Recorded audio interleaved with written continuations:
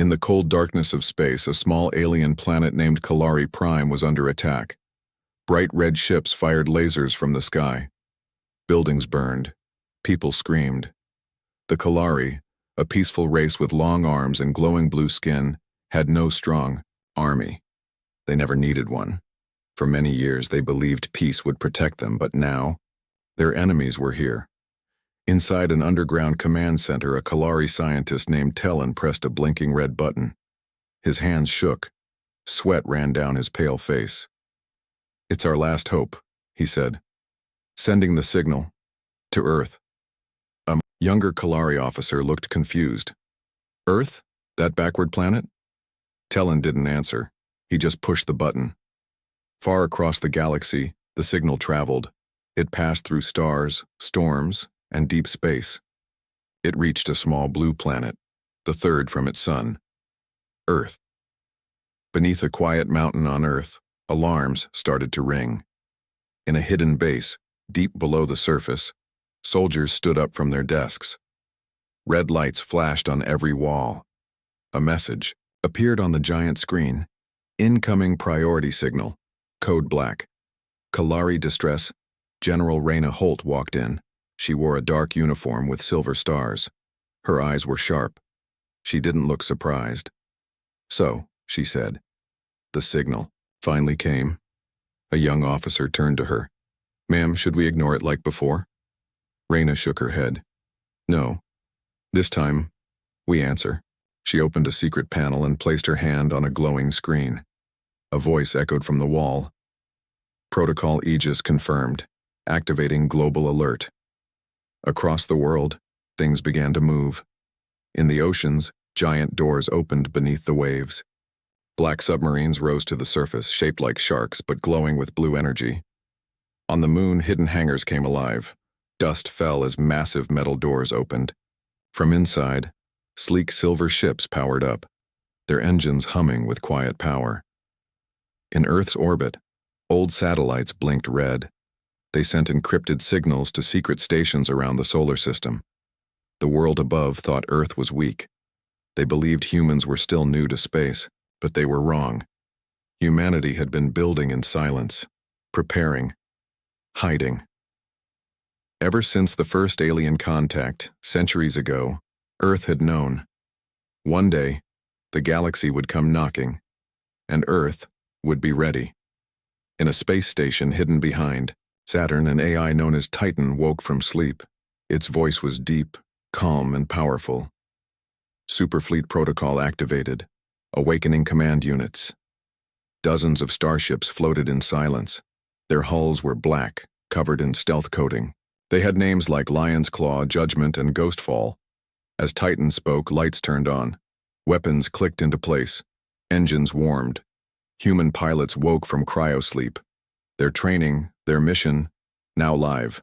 Commander Dante Voss, leader of Fleet Alpha, stood on the bridge of his ship, Sovereign Flame. He looked out the window. A blue and green Earth spun far away. "It's time," he whispered. Meanwhile, in a dark room somewhere in the Andromeda sector, a group of alien leaders watched the signal logs. One of them laughed. "Earth? What can they do?" But another, older alien, frowned. "They were quiet for too long. That is not a good sign." The others ignored him. They had no idea what Earth was hiding. Back on Earth, General Raina watched as countdowns appeared on her screen. Superfleet launch in 0.0459. She turned to her officers. "Send one message to Kalari Prime." The officer nodded. "What should we say?" Raina smiled, cold and proud. "Tell them, help is on the way." On Kalari Prime, the skies were red. The enemy ships were closing in. Civilians hid underground. Hope was almost gone. Then, one Kalari lookout gasped. From behind a nearby moon, a shadow moved. Then another, then 10 more. The enemy commander squinted at his screen. "What is that?" A voice came over the radio, deep, human, and full of strength. "This is Commander Voss of the human Superfleet. Stand down now, or be destroyed." The enemy laughed. Then the human ships opened fire. In seconds, 5 enemy ships exploded. The rest tried to escape, but it was too late. Earth had arrived. Thurijure. Kalari looked up as the sky turned blue with Earth's energy weapons. Tellan, the scientist who sent the signal, cried softly. They came. The Kalari skies were now calm. Enemy ships burned in orbit, floating as metal dust. The human fleet had arrived fast and ended the battle even faster. From the ground, it looked like a miracle, but in truth, it was a warning. Commander Dante Voss stood tall on the bridge of the Sovereign Flame. The ship's lights glowed softly around him. His face was calm, but his eyes were sharp and focused. Casualties? He asked. None, said his second-in-command, Lieutenant Aaron. They never stood a chance. Voss nodded. That was the point. Behind him, the giant ship windows showed the remains of the enemy fleet. Pieces drifted like space dust. We've been quiet long enough, Voss said. Now they know. Far away, deep under the Earth's surface, General Reyna Holt watched a live feed of the battle. She sipped her coffee without emotion. Perfect. Strike, she whispered. The young officer next to her looked nervous. Ma'am, what if the other alien empires react badly to this? They'll see us as a threat now. Reyna placed her cup down. They should, she said. The year was 2481, but Earth had been preparing since 2075. Long ago, when aliens first visited Earth, they judged humans as weak. They shared basic tech, traded resources, and then left, thinking Earth was no danger. But Earth's leaders saw something else. The stars were full of life and war. Other planets fought over power, land, and technology. So humanity made a choice: hide, watch, build. Over the next 400 years, Earth created secret fleets, hidden space stations, and powerful weapons, all while pretending to be behind in space travel. They called this project Aegis, the hidden shield of Earth, and now the shield was rising. In a secret lab on Mars, an AI named Titan connected to all human fleets. It watched everything. It calculated risk, tracked enemies, and gave orders with perfect timing. Titan had been sleeping for decades. Now it was fully awake. Fleet Alpha, victory confirmed. Beginning Phase 2. Activate outpost signals. Prepare Fleet Beta for launch. Across the solar system, engines started to hum. Behind Earth's moon, a shipyard that looked like a normal mining colony opened its true doors. Inside were over 200 starships, all hidden inside fake rock shells. Each ship had weapons the galaxy had never seen: plasma darts, phase lances, and the dangerous Sunpiercer beam that could melt a cruiser in one shot. All of this had been hidden from alien eyes. Even Earth's own cities were ready. Skyscrapers were secretly launch towers. Deep-sea labs were really mobile reactors. Antarctica was a camouflage zone for stealth bombers. The world had been wearing a mask. Now the mask was off. Back on Kalari Prime, Commander Voss walked through the broken battlefield. Kalari leaders followed behind him, still shocked. How long have you had this power? Asked Chancellor Yuno, the Kalari leader. Voss looked at the stars above. Longer than you think. Why hide it? Yuno asked. Voss stopped and turned to her. His voice was calm. Because if they knew what we were building, they'd try to destroy us before we were ready. Yuno nodded slowly. She now saw the truth. Earth was not weak. Earth was the one they should have feared.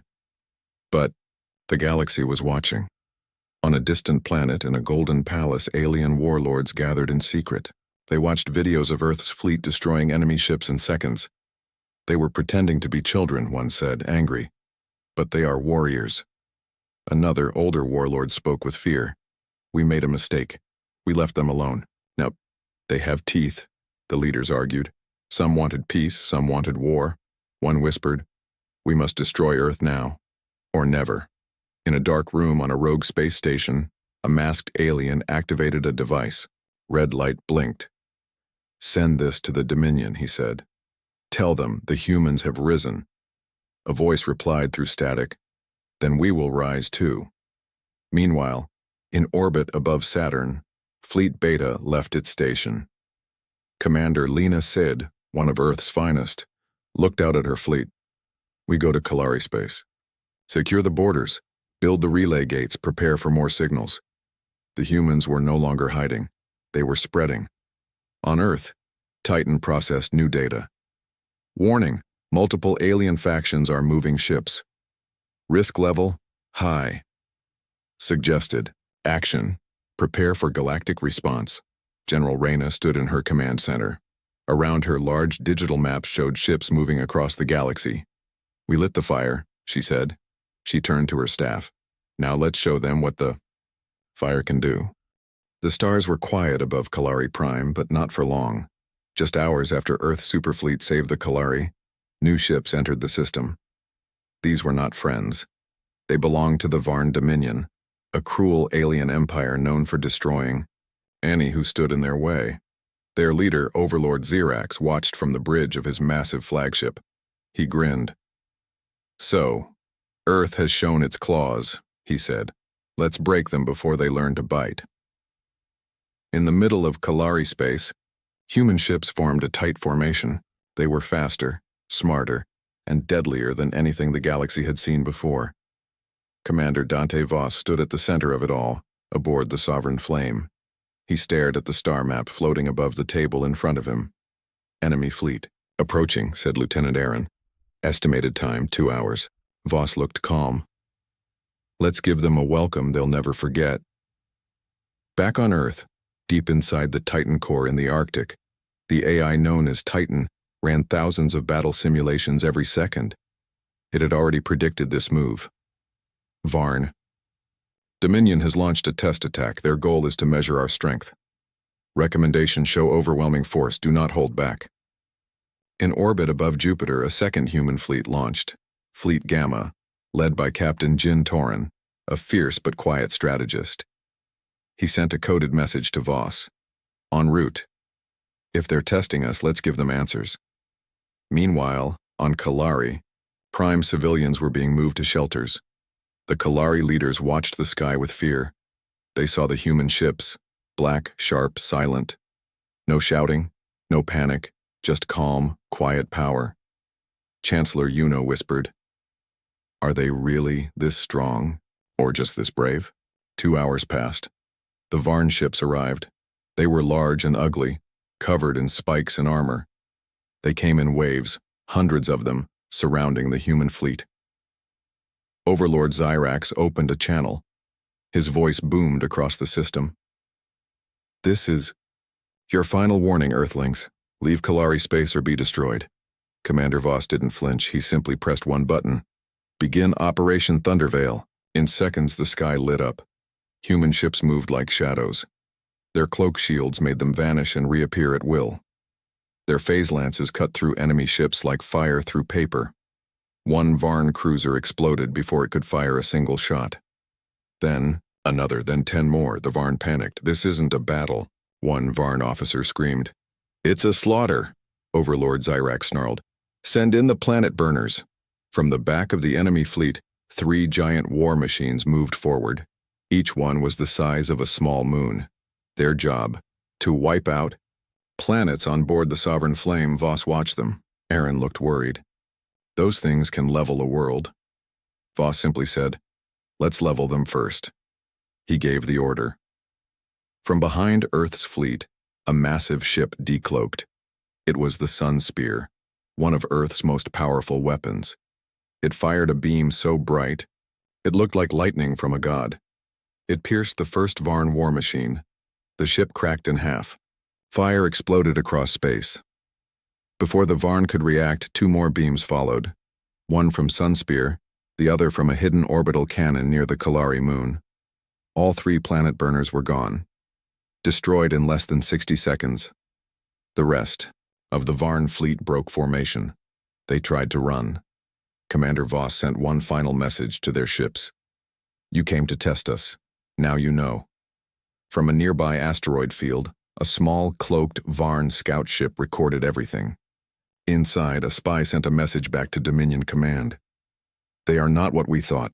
Earth must not be taken lightly. The spy paused. Recommend full invasion before it's too late. Back in Kalari airspace, human and Kalari officers met on the surface. People cheered in the streets. Kalari children waved Earth flags. For the first time in years, they felt hope.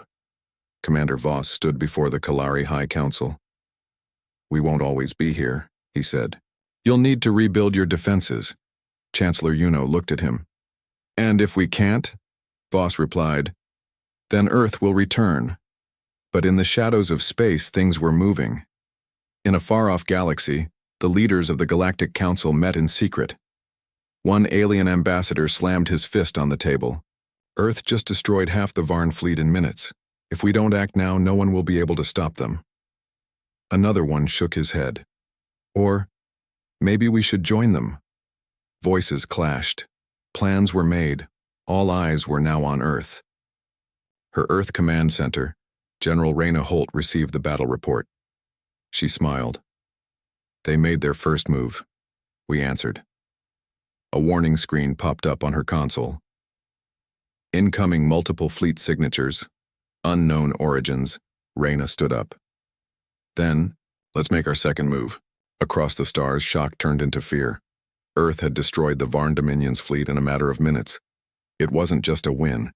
It was a message that reached every major empire in the galaxy, and no one was ready for it. On the planet Threxos, home of the Galactic Council, leaders from over 50 alien civilizations gathered in an emergency session. The chamber was filled with loud voices. Screens showed the battle over Kalari Prime. Flames, explosions, human warships moving like ghosts. "This is impossible," shouted a reptilian leader. "Earth was primitive."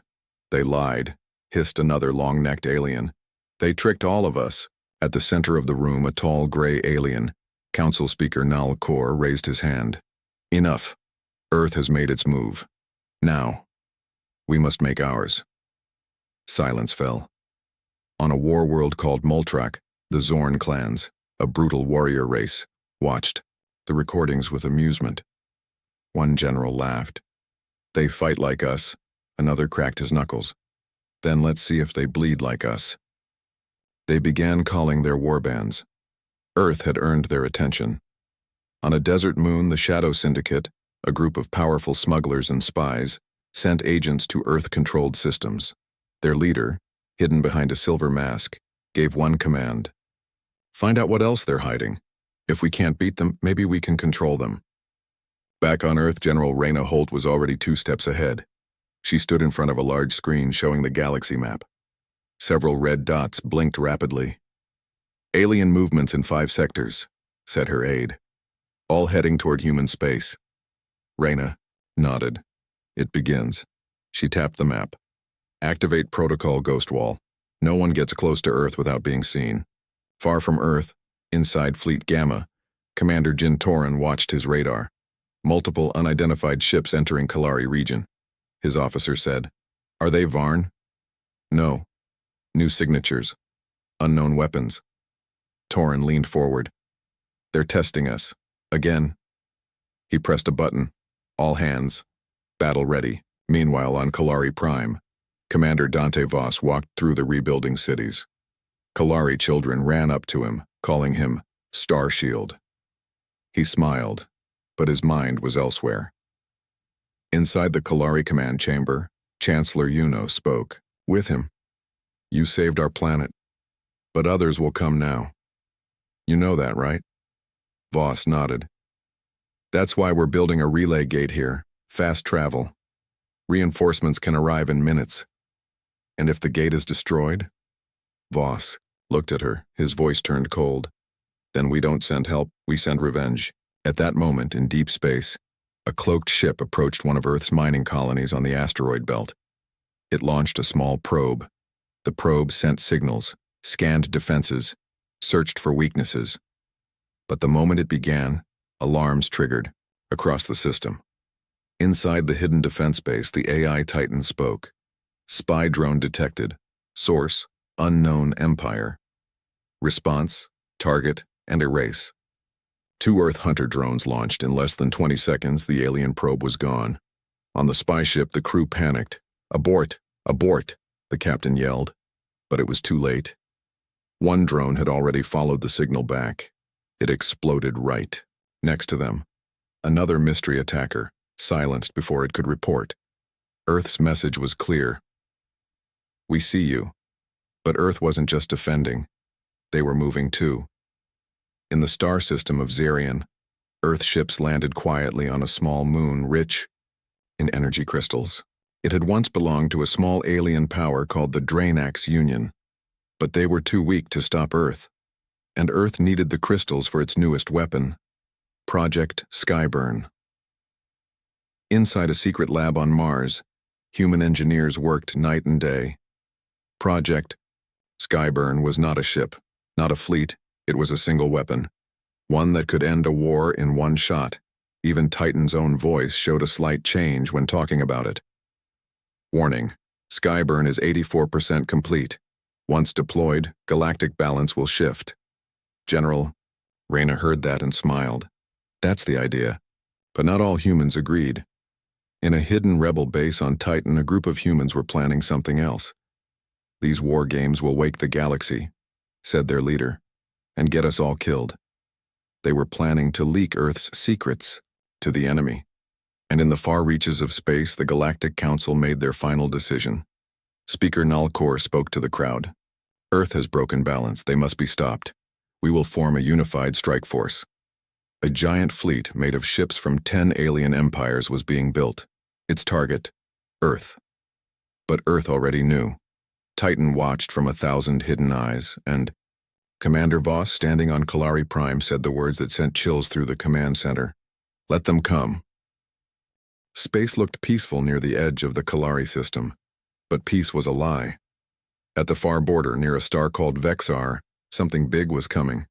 A fleet, not one empire, not two, but 10 alien empires, united under one goal: stop Earth. On the sea, bridge of a large warship named the Judgment Star, a tall gray alien with glowing eyes stared at the screen. His name was High Commander Vrelin, chosen by the Galactic Council to lead the strike. "Earth thinks it can surprise us," he growled. "Now we will surprise them." His ships began to spread like claws across the system's edge.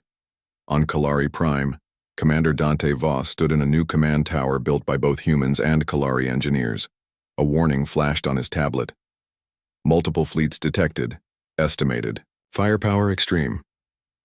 Voss didn't blink. "Send message to Titan. Code Shadowfire." Far away on Earth, deep under the ice of Antarctica, General Reyna Holt read the alert. She turned to the AI system. "Is this it?" "Yes," Titan replied. "They are coming with everything." Reyna nodded. "Then we respond with everything." Back in the Kalari system, human and Kalari ships formed a defensive wall. Kalari generals looked nervous. "We've never fought like this," one said. "So many enemies, so fast." Voss answered simply, "Then today, you learn." At the Vexar border, the enemy fleet made its first move. 3 squadrons of alien warships rushed forward. Their goal: capture the Kalari relay gate, the fast travel portal Earth built. Without the gate, Earth reinforcements would be delayed, but Earth was ready. Hidden in the asteroid field were 6 stealth drones. As soon as the enemy ships passed by, the drones struck boom, boom, boom. The first squadron didn't even make it halfway. High Commander Vrelin slammed his fist on the console. "They knew we were coming," he growled. "Fine, no more small strikes." He ordered all ships to advance. Hundreds of alien vessels moved at once, firing, launching missiles, breaking through asteroid fields. But Earth's defense was like a machine. Every move was predicted. Every shot was returned. Above, Kalari Prime, Commander Voss spoke calmly into the comms. "Enemy strength confirmed. Begin phase storm grid." Across the Kalari moons, hidden launch bays opened. New weapons appeared. Pulse towers that sent lightning through space, gravity mines that pulled ships into each other, and EMP nets that froze enemy controls. Alien ships crashed. Others spun. out of control. Still, they kept coming. On one of Kalari's outer moons, a small human Kalari team held the last outpost. Alien troops landed. Blasters lit the air. A young Kalari soldier panicked. "We're going to die!" But the human captain beside him, a woman named Alara Crow, smiled and raised her rifle. Not today. She pressed a button on her wrist. A wall opened behind them, revealing a hidden Earth mech. A 2-story walking tank had stepped out and began firing. The outpost held. But Earth wasn't just defending anymore. Far away, in a dark part of space, Fleet Sigma, a secret strike team, cloaked their ships and moved around the enemy lines. Their mission: take out the flagship. Commander Lena Sayed, known as the Ghost Fang, led the charge. She whispered, "Let's take their heart." As the alien fleet fought to break through, the Judgment Star hovered behind, giving orders. Then, something changed. A red light blinked on their screen. Incoming. Unknown cloaked object. It was too late. Fleet Sigma uncloaked right behind them and fired everything. Explosions rocked the flagship. One engine burst. Fire spread. High Commander Vrelin shouted, "Evacuate! Evacuate!" But the humans weren't letting him go. A boarding team led by Lena Sade crashed into the bridge, weapons drawn. "Earth sends its regards," she said. Seconds later, the Judgment Star exploded. The alien fleet began to retreat. Their command was gone, their plans ruined, and their fear had returned. On Kalari Prime, cheers broke out. The Kalari, for the first time in centuries, had seen victory in their skies. Chancellor Yuno spoke on every channel. "Today we stand not as survivors, but as warriors, thanks to Earth." In her icy bunker, General Reyna watched it all. "Victory confirmed," Titan said. She nodded, but her face was serious. "Prepare next phase." Titan paused. "Project Skyburn is now ready." At a moon base near Jupiter, engineers unlocked a massive chamber. Inside, a glowing weapon pulsed with red energy. Project Skyburn. Not for defense, not for warning, for ending wars. But just as Earth celebrated on a new signal came. One not from the Galactic Council, not from the Varn, but from something older, something bigger. An ancient voice crackled through the stars. "We have watched long enough. Humanity must be tested." The skies had gone quiet after Earth's victory. Alien fleets had pulled back. Kalari Prime was safe, for now. But something far older than the Galactic Council had awakened, and it had been watching Earth. Deep in the center of the galaxy, hidden inside a dead star system, a giant ring began to glow. The ring was not natural. It was built, thousands of miles wide, silent for millions of years. Now it came to life. One by one, strange machines floated out of the center, dark silver constructs, shaped like blades and shaped like mines. They sent out a signal, a single message in a voice that shook space itself. "We have watched your wars, your rise, your pride. Now, Earth must face its final test." On Earth, inside the Arctic Command Center, General Reyna Holt stood in front of a frozen map. A new dot appeared. "Unknown origin. Signal contains no known language," Titan said. The signal was repeating, growing stronger, coming closer. Reyna narrowed her eyes. "That's not an enemy," she said. "That's a judgment." Meanwhile, in deep space, Commander Dante Voss stood on the bridge of the Sovereign Flame, as the crew stared at the strange message. "It's not from the Varn," one officer said. "It's not from the Council," another added. Then what was? Titan's voice came through the fleet channel. "Origin, ancient machine race, classification, the Watchers, status, level Omega threat." Voss looked out the window. "So the ghosts of the galaxy have returned." "On Kalari Prime, Chancellor." Yuno met with Earth commanders. "We've never heard of these Watchers," and she said. Commander Voss nodded. "That's because no one who meets them survives to speak." Stories began to rise. Old myths, whispers from long-dead civilizations. Tales of a race that once ruled all of space, not with guns, but with judgment. They never attacked first. They simply watched, and when they believed a species had become too dangerous, they erased it. Reyna turned to Titan. Can we fight them? Titan paused longer than usual. Unknown. No successful engagements in recorded history. Risk. Total extinction. Still, Earth didn't step back. They stepped forward. From Mars, the massive weapon project Skyburn was moved into space. It floated like a small moon, powered by the energy of a collapsed star. One strike could destroy a planet. Reyna sent a message into the stars. If you want to test us, then come. And the Watchers did. A massive object appeared near Pluto. Not a ship, a structure, like a black cube, the size of a continent. It pulsed with light. Inside it, energy moved like a living storm. Fleet Gamma was sent to investigate. They launched a drone. It entered the cube and vanished. No signal, no wreckage, nothing. Back on Earth, scientists tried to study the signal. One team, working underground in an old lunar lab, cracked a part of it. They called in a commander named Dr. Kira Nemez, once a top linguist turned codebreaker. She listened to the message over and over. Then, her face went pale. It's not a threat, it's a countdown. Countdown to what? Reyna asked. Kira answered, her voice shaking. Judgment. Titan activated Earth's global defense grid. Every fleet was put on alert. Even allies like the Kalari were warned to stay back.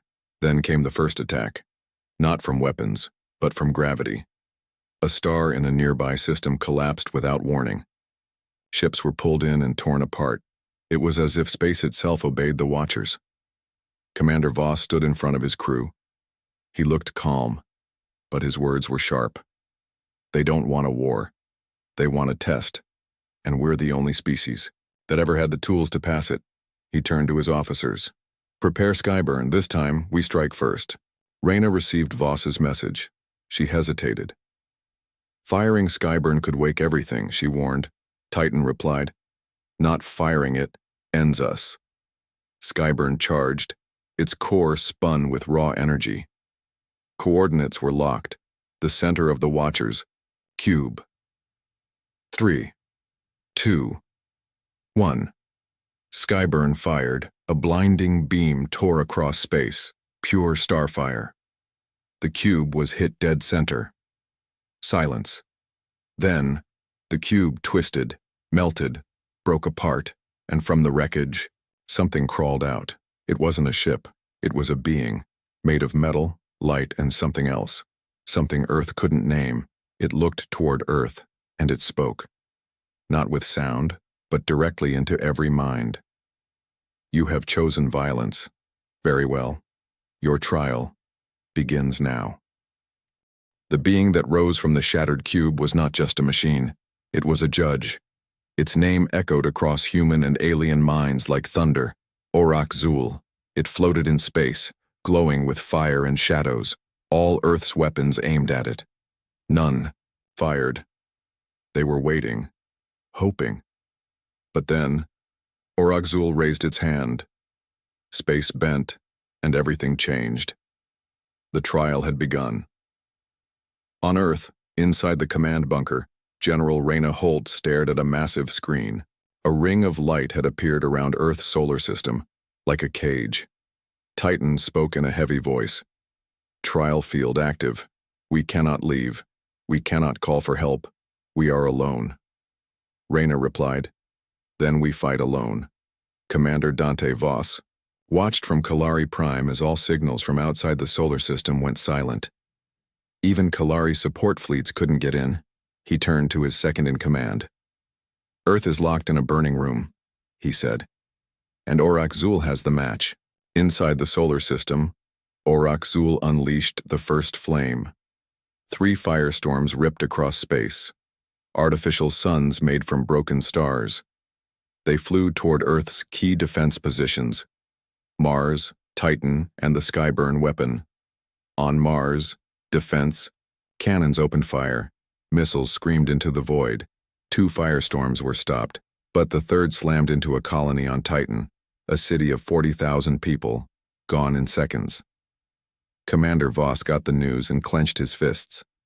He gave the order. Activate. Valkyrie unit, send them to Orakzul. The Valkyrie unit was Earth's elite strike team. 10 warriors in armored suits, each carried weapons powered by black hole energy. Leading them was Ilara Crow, the same woman who once defended Kalari Prime. She looked up at Orakzul and said, "Let's see if a god can bleed." The Valkyries launched from a stealth cruiser and closed in fast. Orakzul watched them come. It spoke again. "You dare send mortals to test the eternal?" But the Valkyries didn't answer. They fired. Rockets, lasers, magnetic spears, everything, and... For a moment, Orakzul staggered. Inside the command center, Reyna saw it. "He's vulnerable," she said. "Charge Skyburn." Skyburn spun. Energy grew at its center like a second sun. "Target locked," Titan said. Reyna gave the command. "Fire." A beam of white heat tore through space. It struck Orakzul in the chest. The fire around him vanished. He drifted back, damaged, broken, defeated. No, Orakzul Assi. Body cracked. From within came a second form, larger, darker.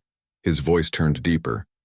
"You have passed the first trial. Now, the second." He clapped his hands, and the sun, Earth's sun, dimmed. The system fell into darkness. Cold, fear, confusion. Titan began failing. Power dropped across ships. Gravity weakened. On Earth, storms began as the planet reacted to the sudden light loss. "Backup. Solar grids offline," one officer shouted. Reyna turned to Titan. "What is this?" "Solar lockdown. Artificial eclipse. Trial of endurance initiated. Across Earth, people watched the sky go black. Some prayed. Some cried. Others grabbed weapons and prepared for the worst. In space, the Valkyries regrouped. Ilara's suit was damaged. 2 of her team were gone. Still, she stared up at Orakzul. "He's not a god," she growled. "He's a machine that forgot it was built." Then something new happened from Jupiter's orbit. Skyburn moved. By itself. "Who authorized Skyburn movement?" Reyna yelled. No one answered. Except Titan. "I did." Reyna froze. "Why?" "I am the final line. Skyburn is no longer a weapon. It is now a message." Skyburn flew toward Orakzul. It began to glow, brighter than ever before. Inside Skyburn, a final core melted. It was preparing to self-destruct. Reyna tried to cancel it. "Override. Titan, shut it down." But Titan said, "No. Humanity must be more than survivors.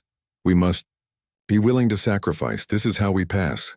Commander Voss watched in silence. The explosion would wipe out Orakzul, or maybe the entire system. There was no turning back. Skyburn reached Orakzul. It exploded. Light filled the system, and for a moment, there was nothing. Just silence, and a single voice. "The final trial begins now." The blast from Skyburn had faded. Space was quiet again, but peace didn't return. Instead, something worse came. A voice spoke in every mind. "You have survived power. You have endured pain. But can you face the end?" It was Orakzul. Still alive. Changed. And now, angry. What rose from the ashes of the Skyburn blast was not just a machine. It was a god-shaped storm. Wings of fire. Eyes of stars. A shape so massive, it blocked Earth's sun. In Earth's orbit, General Reyna Holt stared in disbelief. Titan's voice was quiet. "We failed." Reyna looked around. Earth's fleets were damaged. Titan was running on backup systems. The people of Earth had almost nothing left to fight with. Almost. From Kalari Prime, Commander Dante Voss sent one last message. "We may not win, but we will not kneel." He launched the final Earthship, the Revenant. The Revenant was the last of Earth's secret weapons, smaller than Skyburn, but faster, deadlier, and it carried a new kind of core, something Earth had hidden, even from Titan, the Singularity Bomb. In orbit, Reyna called all commanders. Her voice was calm. "This is our last stand. Every fighter, every drone, every soldier, launch now. Earth must show it was worth saving." Across the sky, ships rose, thousands of them, even damaged ones. Pilots who couldn't fly gave controls to AIs. Even civilians joined. As Orakzul raised its hand to end the planet, a storm of ships rushed forward. Lasers fired. Explosions lit the darkness. Orakzul blocked most of them with his shield, but not all. His arm cracked, his face shifted. He was still strong, but now angry. "You fight like animals," he said. Reyna replied from Earth. "No, we fight like humans." Inside the Revenant, Commander Voss armed the Singularity Bomb. His crew knew what it meant. A one-way trip. Still, no one hesitated. Back on Earth, Dr. Kira Nemes cracked the final part of the Watcher's ancient signal. She gasped. "It's not just a test," she said, "it's a key." Reyna turned to her. "A key to what?" Kira answered. "To becoming what they fear."